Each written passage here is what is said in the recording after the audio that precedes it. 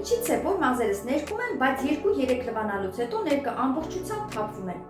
Արևը ցուրտը, քամի, խոնավ եղանակը դրանք վնասում են մազերը։ Շատերս գիտեն, որ ձմռանը մազերը շատ խնամքի կարիք ունեն, եւ հատկապես ձմռանը շատ կարեւոր է մազերը ներկելուց առաջ խնամել։ Քանի որ ջուրը իր մեջ պարունակում է բազմաթիվ միկրոտարեր, այդ թվում ծանր մետաղներ, հատկապես պղինից, եւ ամեն անգամ ձեր մազերը լվանալով տան պայմաններում սովորական շամպուններով, դուք ավելի շատ այդ նյութերը ներծծում եք մազի մեջ եւ դրա համար տան պայմաններում մազերը ներկելով ոչինչ չի ստացվում։ Շատ հաճախ տարբեր երանգներ են լինում, ես իսկ ինչպես մազը նախապատրաստել ներկելուն, վերցնում ենք շամպուն, C վիտամին, պաշտպանիչ մասկա եւ ջուրը։ C վիտամինը լցնում ենք խորը լվացող շամպունի մեջ, որից հետո լվանում ենք հաճախորդի մազերը 10-15 րոպե, այդ գործողությունը թույլ է տալիս մազերի մեջ գտնվող ավելորդ նյութերը դուրս գան, որից հետո պաշտպանիչ դիմակը գցում ենք մազերին, այնուհետև մազերը հարտանում ենք եւ անցնում ենք ներկելու գործընթացին։ Եվ այդ դեպքում ներկը երկար է պահպանվում։ Իսկ եթե ձեր հաճախորդը ալերգիկ է, նման տեխնիկան չի թույլատրվում կատարել, միայն կարող եք նրան օգտագործել խորը լվացող շամպունը։